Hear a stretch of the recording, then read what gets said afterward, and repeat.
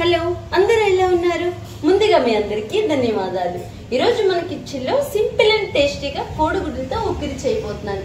ఈ simple and tasty video ఎవరి కోసం అంటే బ్యాచిలర్స్ కోసం, బిజీ ఉన్న వాళ్ళ కోసం. సింపుల్ టేస్ట్ కి టేస్ట్. ఓకే, అయితే ఇక్కడ నేను 1/2 kg ఉల్లిపాయలు తీసుకొని చిన్న ముక్కల మాదిరిగా కట్ చేసుకున్నాను. 8 కోడిగుడ్లు అయితే తీసుకున్నాను. స్టవ్ పైన బాండీ పెట్టుకున్నాము.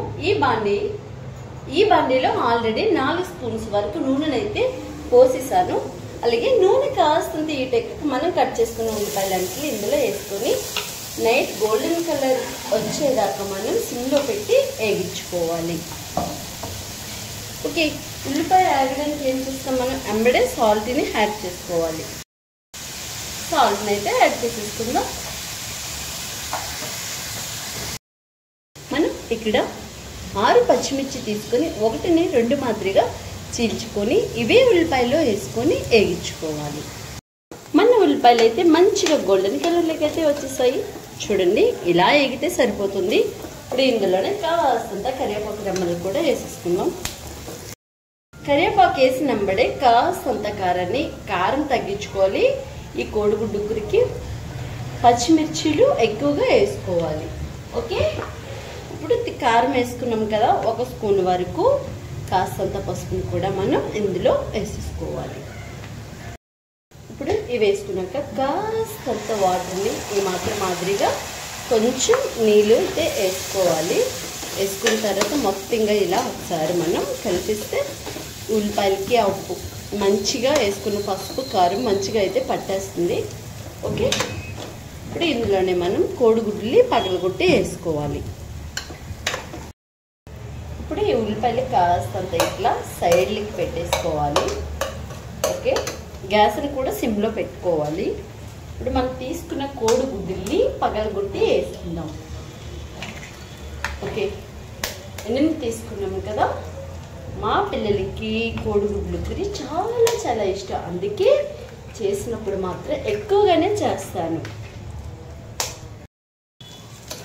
మనం తీసుకున్న కోడిగుడ్లని వేసేసాం కదా, ఇట్లా అంటే మొత్తం మిక్స్ చేసేయాలి.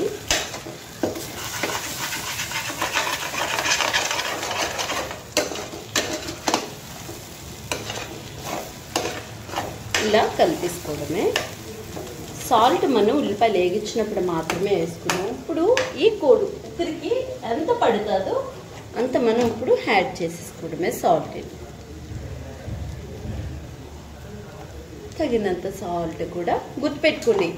తక్కువైనా పర్లేదు, వేసుకుంటూ ఉండొచ్చు. ఎక్కువైతే మాత్రం తినలేము.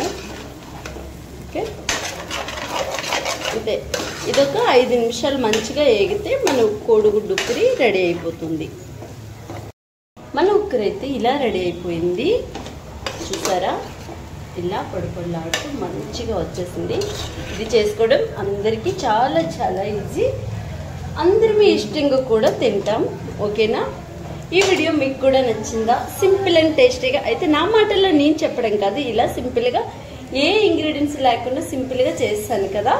ఒక్కసారి నా మాటల్లో నేను చెప్పడం కాదు, ఒకసారి మీరు కూడా ఇలా ట్రై చేయండి. ఆరోగ్యమే మహాభాగ్యమని గుర్తుపెట్టుకుని అందరిమీ ఓపిక సహనం తెచ్చుకుని ఇంట్లో మంచి ఫుడ్ని ప్రిపేర్ చేసుకుందాం.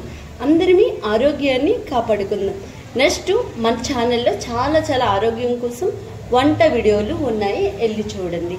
ఓకే, నెక్స్ట్ మంచి సరుకు తీయడంతో మళ్ళీ కలుసుకుందాం. అంతవరకు మీ అందరికీ బాయ్.